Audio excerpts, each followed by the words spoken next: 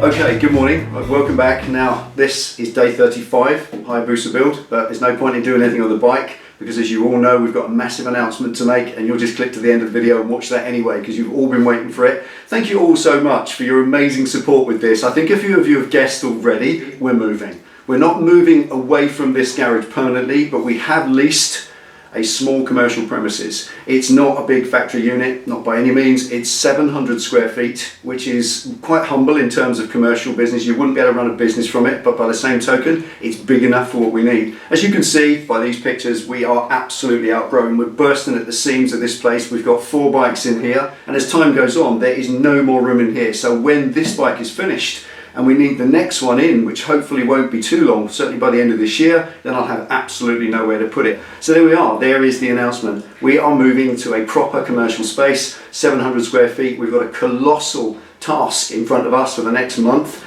In the next week, we're going to move in. We've got to paint the place first. Then I've got to take 2 days holiday from work, my day job, and we're going to move all of the machines and equipment, the lathe, the tables, the bandsaw, the welder, the vac and everything, and the lift of course is all going to go up to the new place, and that's going to be a great big task for me on my own, trying to do that. Things like this lift, and then how I'm going to get it up on the back of a pickup truck. The lathe, same thing, but I think a little bit of adapt, improvise and overcome, and we'll make it happen. So there we are, that's it. Let's get on with the bike today. I've got a few bits and pieces to do. I want to tack weld this frame in place. I might shorten this loop at the back a bit because it's been bugging me. It's a little bit too long. Not a big issue, just an inch or so. Less is more. You can always take, but you can't add. And once I've got that just tack welded and secure, I'm going to take the plastic under tray that goes underneath it, because I'm going to use part of that to house the battery and the ECU, because as I've said in the past, I want this all factory. I want it as factory as physically possible. And once that's done, I'll trim off all the excess bits of that plastic thing that don't fit in here, just so I can fit it. And the idea is to make this bike movable, put it back into one piece roughly so I can get it in the van, get it up there. So that's all it will be today. I've only got a couple of hours of work as well because I've got so much to do. I'm packing for the move. Some of the stuff in here and all these drawers all got to be packed into boxes ready for the move, because initially these units won't be coming to the new place. That will be later on when I've got a big enough vehicle to move them all up there. But for now, I'm going to empty them all out. So today, just a couple of hours, get this tail done, get it ready to move, and then we can get back to business and getting ourselves into the new place. So there we are, that's it. Thank you for always supporting it so far. Let's get on with today's work. Wish me luck. Let's get stuck in.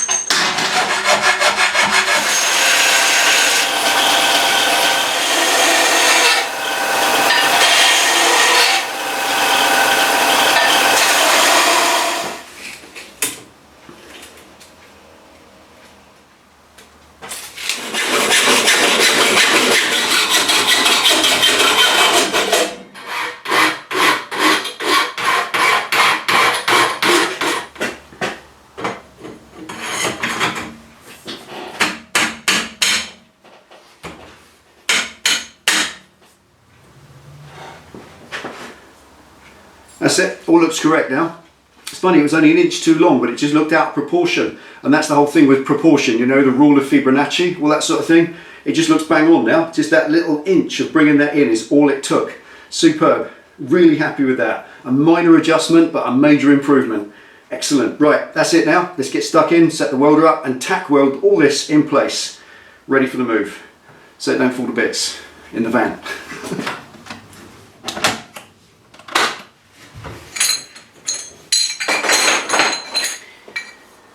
Right, never welded this stuff before. It's a super top of the range stainless steel and I don't know how it reacts. I don't know what settings to put the machine on. So I'm gonna have a little practice on these scraps just to make sure I get the machine settings right and the action right and everything else. Wire speed, all that sort of thing. So that when I tack it, I get nice, clean, concise single tacks that will hold it together, penetrate correctly, hold it together, that I can then cleanly grind out in the future when I want to properly seam weld it. And while I'm at it today, I can practice a little bit of that as well while I've got these scraps to hand. Wish me luck.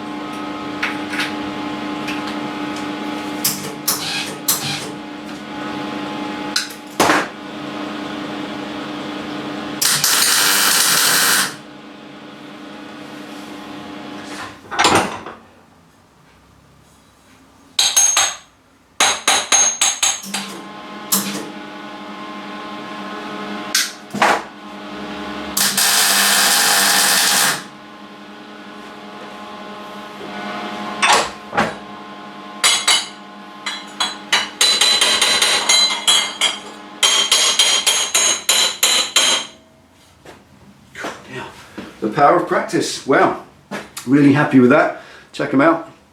2 lovely tack welds, nice and penetrated all the way through the tube. You can feel that telltale tiny little pimple on the inside. It's gone right the way through without perforating. Absolutely lovely. And nice and clean. Little tiny blob is all you want for a tack. That way you can grind them out nice and cleanly without too much damage to the tubing. And then you can replace that with a nice seam weld all the way around later on. Obviously not on this, it's just a bit of testing practice scrap that will go back in the corner. Now let's see if I can do it to the actual tail frame itself. Check all the alignment, check all the angles, check everything's level and plumb and straight, and then do some of that to it.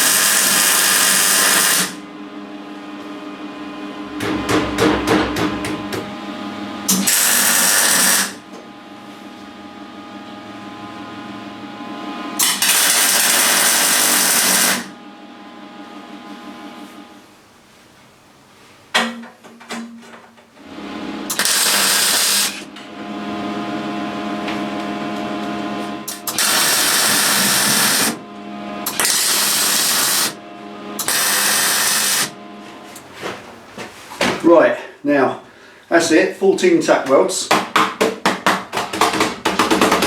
Nice and strong, ain't going anywhere.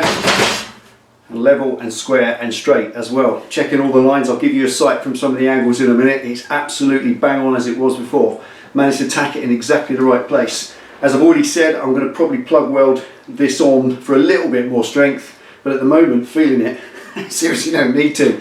Anyway, all that later on. That's it, ready to go. Clear up, get some of this rubbish and mess and dust out of the way, and then it's finally just the plastic under tray. Just trim off the excess that I definitely don't need at this point and fit it back on, ready for the move.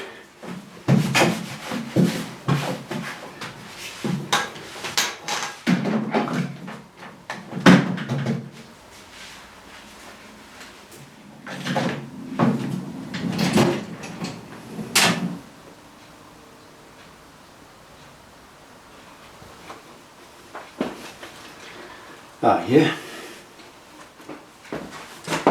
Yeah, it's a nice tucked in riding position.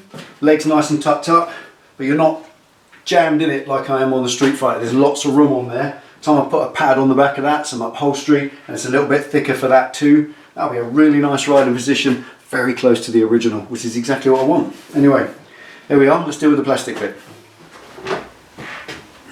Right, this is the tail panel that goes under the seat. Well, it's the under tray for the bike, and it also sights the battery in the front, the ECU in there. There's a hole there that the brake reservoir comes up, or brake reservoir delivery tube comes up through and mounts on the inside. So this actually makes the whole tail end really tidy, and it's all designed to do that. And I want to use as much of this as I can. Obviously I've completely changed the rear, so I'm going to trim away what I don't need today. All I need to do really is just trim off the stuff that's going to hit that frame. I've changed the frame now, I've changed the back end of it with that loop, so this ain't going to fit back in where it used to. So I just want to trim out the way, what's in the way, so that I can put it on the bike, bolt the bolts through finger loose, and then chuck the battery in, chuck the ECU in, and just put all the wiring tidy out the way, so that when it comes to moving this week, I can do it all in as few trips as possible. What I'm trying to do is sling everything together in as big lumps as possible, so it's as few trips in the truck as possible to get up to the new place.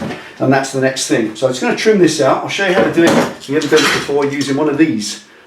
Really nasty looking little thing. It's a lino knife for cutting lino flooring. Really works very well indeed on this plastic. And I discovered this.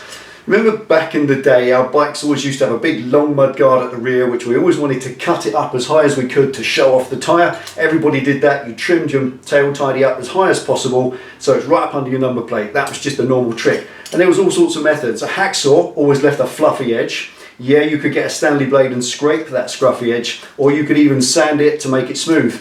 But it always looked like it was sanded because it's injection molded plastic and it's not painted. So when you cut it, I found using this leaves literally a cut factory finish. No fluffiness, no scratches, no making good. If you do a nice straight line, it cuts absolutely beautifully. So I'll show you this. I've got a packet of them and I'll show you how it cuts beautifully in this. Makes an absolutely perfect cut. Lino knife, bang on for cutting injection molded plastic inner parts.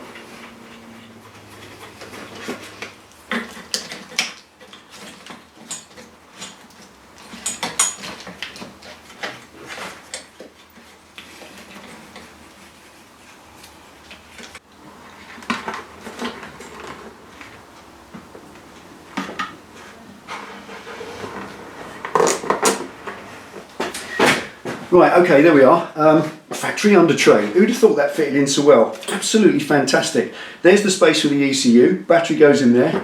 Check it out. In there, if when I make the seat, I'll make it L-shaped like that, and then when it lifts out, that will be an access panel from a factory toolkit. I didn't get one, but I'll get one. I've got a Bandit one, it's the same thing. And I'll pop some tools in there. I've got a nice access panel for whatever I want. Me Sony's, me rolled up trousers, anything could go in there. Fantastic, it's what it's all about. It'll also give me loads of room inside there for the backlight and so on. I've got some cool ideas for the light, and that panel, when it goes on top there to box that in, there's the one thing that I want to just come to.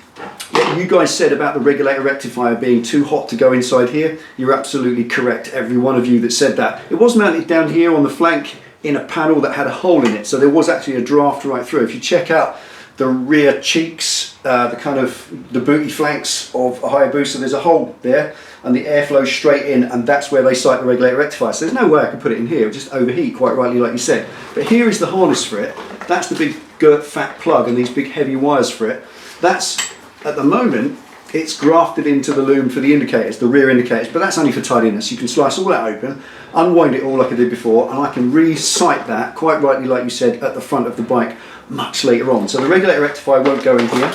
But the greatest thing is, checking this out, there's so much of this fantastic plastic that I've cut off. That would be great for plastic welding with, because it's exactly the same as this. Can't be any better. So what I'll do is slice that round in the pattern of the tail bar, the loop that I've put in place. All this extra stuff, bin it out of the way. And with the plastic welding trick and the soldering iron, I'll make this section, I'll just lift it up slightly, cut it, open a little slice up so it touches underneath here, screw it underneath this bar, a couple of riv nuts, a couple of big nuts and washers underneath, screw that up underneath, and then the gaps, anything that I need to plastic weld, I'll make it one piece. So this will be a one piece factory under tray adapted for my calf racer. Fantastic. Still get my ECU in, my battery in, my factory tools on my Sardis. Fantastic. I'm really, really happy with this so far. When I put that on there, I couldn't believe how well that fit. That's even sloped back in line of this. Happy accidents. Fantastic.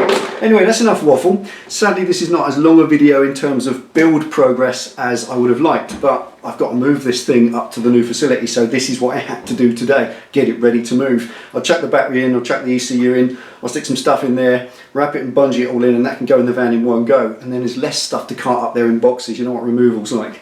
So that's it for today. Can't do any more, I'm afraid. This is a fantastically exciting time. Thank you for all your advice, your guidance, your faith and your tips, and of course thank you to the Patron team for making this dream come true. Honestly, it can't be said enough. Thank you to all of you for all of your support, Patron or not. Without your support, without your backing and your guidance and all of the things you've said to us that have encouraged us along the way, we wouldn't be doing this and we wouldn't be going this far forward. So there we are, scary times, loads to do. Thank you for watching, take it easy, ride safe. We'll see you in the very next video in the new place to show you what it looks like and start painting. See you next time.